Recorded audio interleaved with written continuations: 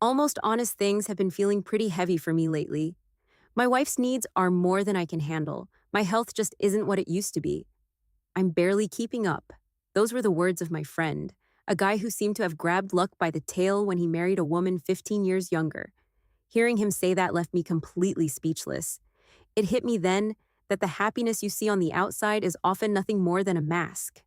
From that day on, the phrase, a woman with endless needs, kept running through my head like a broken record. And it was that very thought that nudged me onto a risky, forbidden path.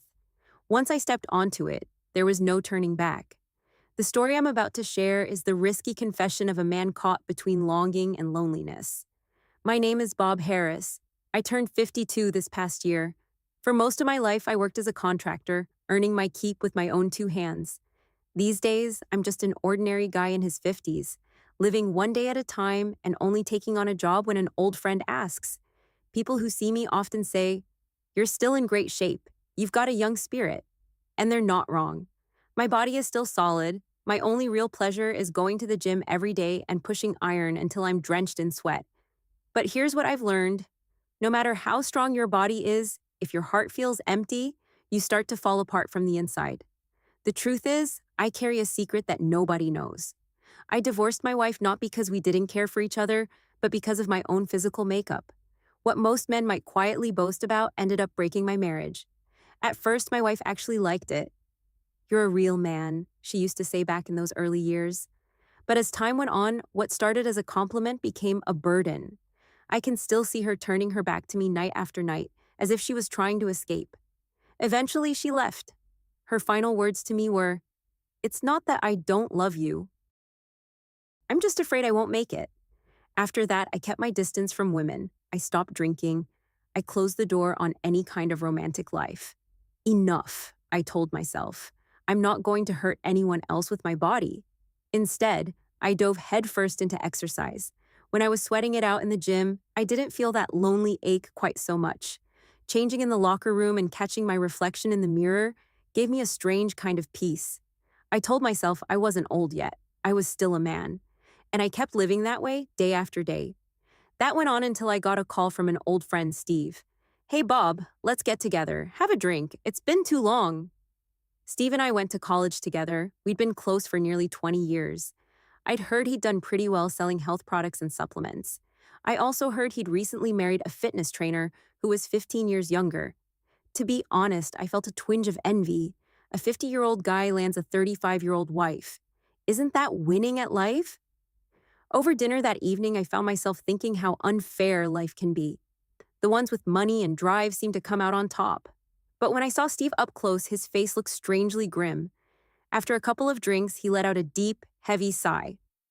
"Bob, I've got a real problem." "What's going on?" I asked. He hesitated, then finally opened up. "You know my Kate. She's got a heart of gold, she's kind, but her drive, her needs, they're so strong that I just can't keep up." For a moment, I wasn't sure I'd heard him right. "What are you talking about?" Steve's face turned red, and he stared down at his plate.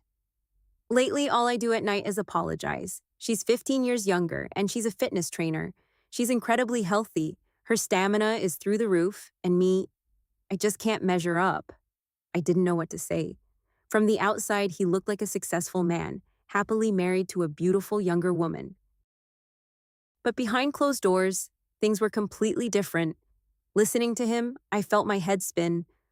Wow, I thought, I guess that happens too.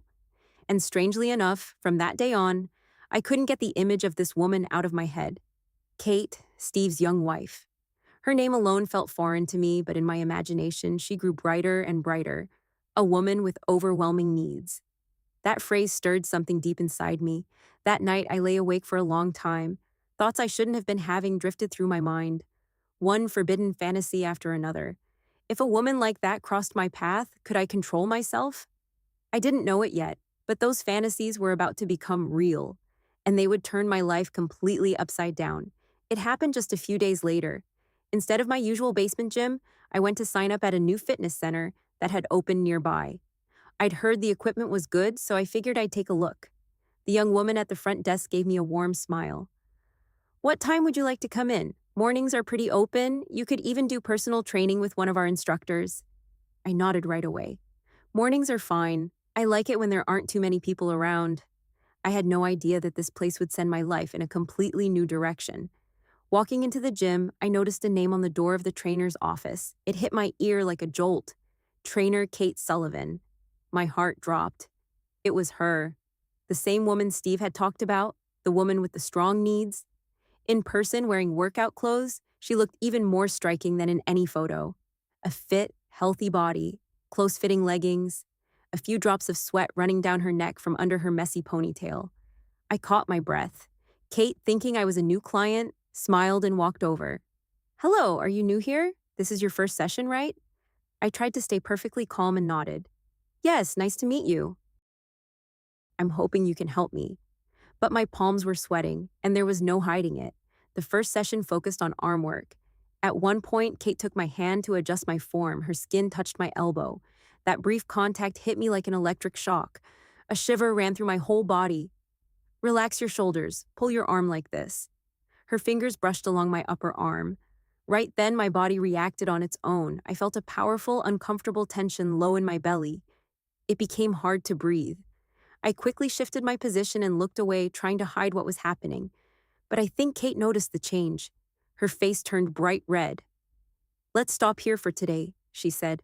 "I'll send you some nutrition tips on WhatsApp. Just leave your number." We exchanged contact information. As she turned to say goodbye, I noticed her neck was flushed with embarrassment. I could barely walk home that day. My soul was trembling even more than my muscles. The next day, a message came from Kate. "Sorry about ending things so suddenly yesterday. Would you like to grab a beer tonight?" My heart started racing. Why is she writing to me? The thought that she was my friend's wife flickered through my mind, but my fingers were already typing a reply. "I'd love to. Let's meet tonight." At 8 in the evening, in a quiet corner of a low-key pub, she sat waiting. No workout clothes this time, just jeans and a blouse. Over the rim of her beer glass, her gaze was strangely sweet and inviting. She spoke first. "Bob, are you married?" The sudden question caught me off guard. Was she interested in me? A mix of excitement and fear washed over me. I finished my beer and answered honestly, I was married. But my body and marriage just weren't compatible. I couldn't make it work because of my physical nature. Her eyes went wide with surprise. "Couldn't make it work? What do you mean?" I let out a bitter sigh. Let's just say I was too much. My nature, my size. That's what did it. There was a pause. Kate set down her glass and then spoke with surprising honesty. "To tell you the truth, I was a little shocked at our training session. You're very large." My face turned red at her words. It was terribly awkward. My fingers trembled. But in her eyes, I could see undisguised curiosity. I tried to change the subject, pretending not to notice. "Kate, you're married, aren't you?" She gave a sad smile and shook her head. "I am married, but my husband has never truly satisfied me. He's weak, always tired. Sometimes I wonder what it would be like to meet a man like you, a man with your kind of build." Those words were still echoing in my ears when her phone rang. "Where are you? Why aren't you home yet?" It was Steve's voice. Kate winced. "It's a work event with the trainers. I'll be late." She sighed and picked up her glass again. Right then, I felt uneasy. I knew we were walking a fine line, and I sensed that something was about to happen. So I decided to come clean. "Kate, the truth is, I know Steve." Her eyes widened. "Steve? My husband?" "Yes, we went to college together. Old friends." She pushed her glass aside and stared right at me. "So you came to that gym on purpose to find me?" I shook my head. "No, I swear, it was a complete accident. I only found out you worked there after I'd already paid for my membership." She looked at me for a long time. Then quietly and with a strange, mysterious smile, she laughed. "Small world, isn't it? But do coincidences like that really happen? Maybe it's not chance anymore. Maybe it's fate." Those words took my breath away. Whether it was the beer or her presence, I couldn't tell anymore. Word by word, beer after beer, our conversation grew deeper. She started talking about her husband, opening her heart. "Honestly, we're completely wrong for each other. Since we got married, I haven't laughed once. Not really. I've been seriously thinking about divorce." Her voice cracked and she began to cry. Seeing her tears, my own heart softened. "It must have been very hard for you.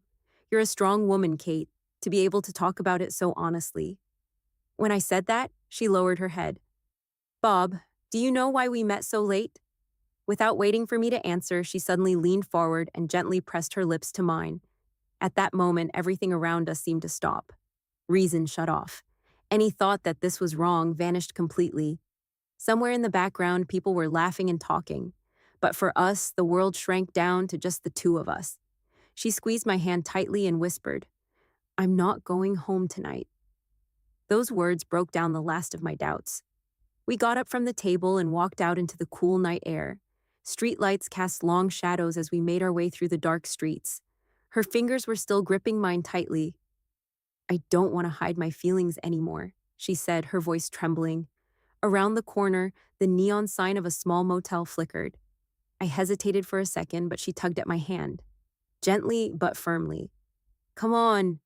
That one word erased every doubt I had.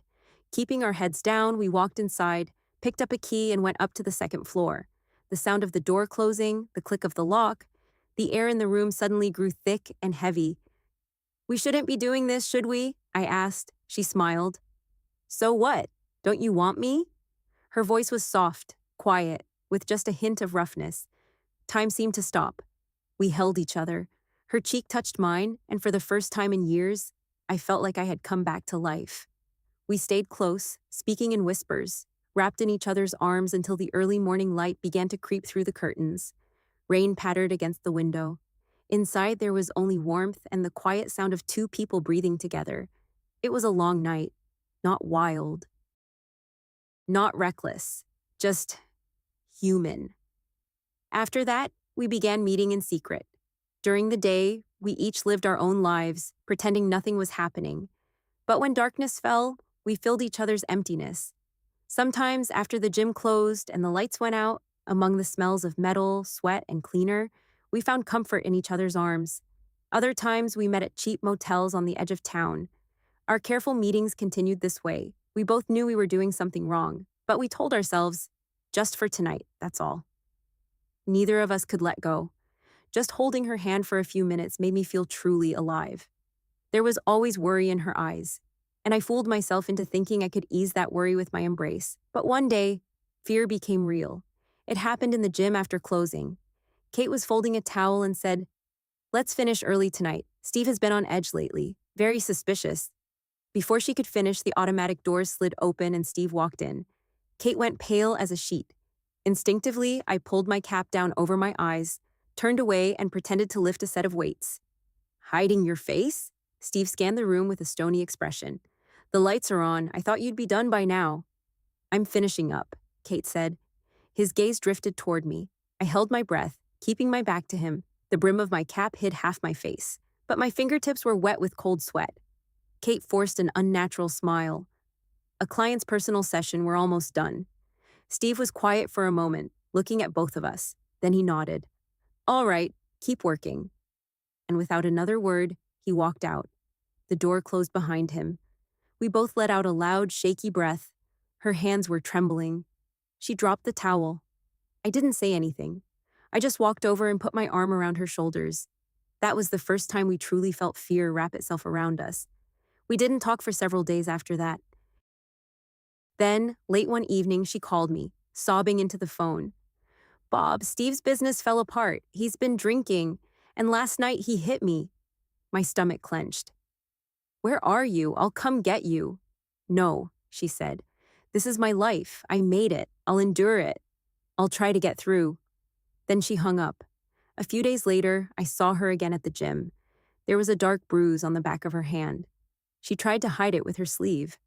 "I'm fine," she said with a smile. But that smile was as fragile as glass, ready to shatter at any moment. "Kate, did he do that?" "Don't ask. Let's not talk about it. We're both guilty. You and me, Bob. We're all sinners." She lowered her head and sat down on a bench. Hearing that, my throat tightened. I couldn't find any words. A few days later, my phone rang just before dawn.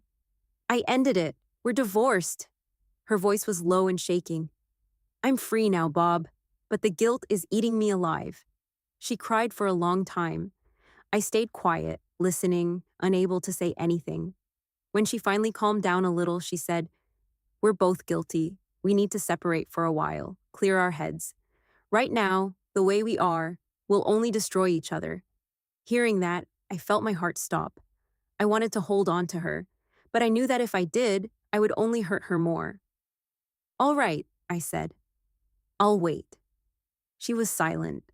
After a long pause, she whispered, Thank you, Bob. Because of you, I felt alive again. Then the call ended. The screen went dark, and there was no light left in my room. From that day on, she disappeared. Her phone was off. She never came back to the gym. Her locker sat empty. Only her name tag remained.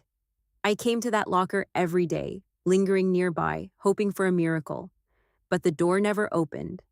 Tossing and turning through sleepless nights, I remembered her last words. We're both guilty. Those words haunted me, but in a strange way, they also brought me a little comfort. The emptiness she left behind was enormous. And inside it, I buried both my guilt and my feelings. For a long time after that, I didn't work out. Coming back to the gym brought back her smile. Picking up the weights, I felt the ghost of her touch. The years passed, but somewhere deep inside, Kate never really left me. Love was gone, but the regret and the longing stayed. 3 years went by. Seasons changed, one after another, while I lived like a machine. Work, food, sleep. Open my eyes in the morning, close them at night. I didn't set foot in a gym again. I was afraid that if I grabbed a barbell, I'd see her hands over mine. But I didn't give up exercise completely. I walked in the park, ran up and down stairs, stretched in the backyard. My body held up, but my soul was frozen in place. One day I realized I couldn't take it anymore. The endless noise of the city had worn me out. I wanted to go somewhere quiet. Somewhere the salty sea breeze blew. I packed a bag and headed south toward the ocean. Fields and water scrolled past the bus window. The wind pressed against the glass. I rented a small room facing the sea, threw my bag over my shoulder, and walked to the beach. The sound of the waves seemed to wash out my ears and clear my thoughts. That sound, in a strange way, helped me sort through all the old feelings I'd been carrying. The next day, while wandering the streets behind my guest house, I noticed a small sign. Through the glass door, I could see a schedule and neatly arranged exercise equipment. I stopped in my tracks. On a chalkboard, a name had been written that made my heart stop. Fitness trainer Kate Sullivan? I told myself there must be plenty of Kates in the world, but my heart wasn't beating normally. I reached for the door handle, took a breath, and slowly pushed it open. Inside, it was quiet. A treadmill hummed peacefully. Soft music played from the speakers. Behind the counter, someone looked up. It was her. We didn't need more than a moment to recognize each other. I stood frozen, unable to move. She said my name first. Bob. Her voice was low and clear. I barely managed to answer. Kate. She came out from behind the counter. The years had passed, but her eyes were just as bright, and her smile had gained a new kind of strength. Only then did I realize how long it had been since I'd seen that smile. How did you end up here? She asked. I shrugged and smiled back. The wind just brought me. We exchanged a few casual words, and since no clients were around, we sat down on a bench. She didn't go into details about the past. I didn't ask. Some things you just understand without words. The bruises on her hands had healed long ago. Her back was straight and proud. How have you been all this time? I asked. She nodded. I've been working. Slowly, things got easier. Straightening other people's posture helped me straighten out my own soul a little. There was a pause. Outside, the sunset was spreading across the sky. Long bands of sunlight fell across the gym floor. She smiled and said, When I close up, let's go down to the sea. I just nodded. As the sun began to set, we walked out onto the beach. The wind tugged at our clothes. Sand crunched under our feet. The waves sparkled with the colors of the sunset. Seagulls had left their footprints on the wet sand. At first, we walked in silence, but gradually our steps fell into rhythm. Our breathing matched. She spoke slowly. I'm sorry for what happened back then. I shook my head. You said that because of me, you felt alive again. I still remember those words. We sat on a large rock and watched the sea. The water rolled in and pulled back, drawing a long, thin line on the shore. Kate gently nudged my shoulder with hers and laughed. If you have time tomorrow morning, let's go to the market. There's a great little diner there. Their beef soup is incredible, rich and hot, perfect before a workout. I nodded eagerly. It's a deal. Let's start tomorrow with that soup. The sun disappeared completely. In the distance, a lighthouse blinked, casting a path of light across the water. We turned and walked back toward town, almost as if we were stepping on that beam of light. On the way, she said, "Now we need to get serious about exercise. Start with the heart muscle." I smiled. "Consider today a warm-up. Tomorrow, the real training begins."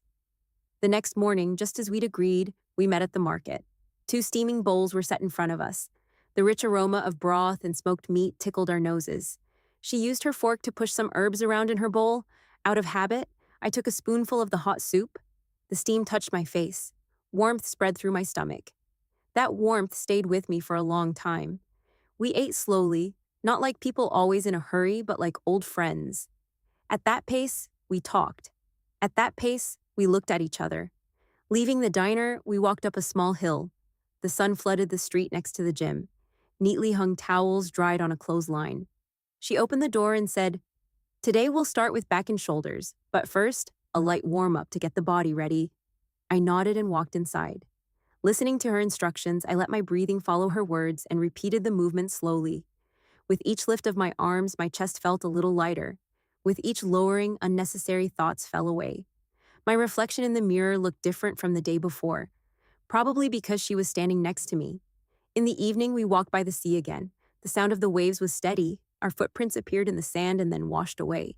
I didn't want to worry about tomorrow anymore. I just wanted to hold on to the warmth of today. She gently took my hand. Her fingers were warm. Her grip wasn't too strong, but it wasn't weak either. I didn't let go. That night, I went back to my room, turned off the light, and lay down.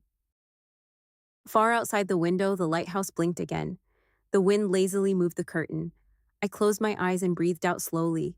It felt as if time, which had been so far away, had come back and sat down beside me. We didn't need to make any grand promises to each other. I just hoped that the next morning would be as calm as this one.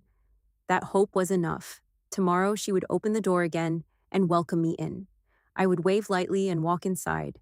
We would straighten our shoulders, lift our backs, and breathing together, we would continue our movements. Between those movements, there would be short laughs, small nods, and quiet words. That's how we would build one day and then another. We don't need pretty phrases invented by the world. We just need to walk side by side on the same road, at the same pace, with the same warmth we have right now.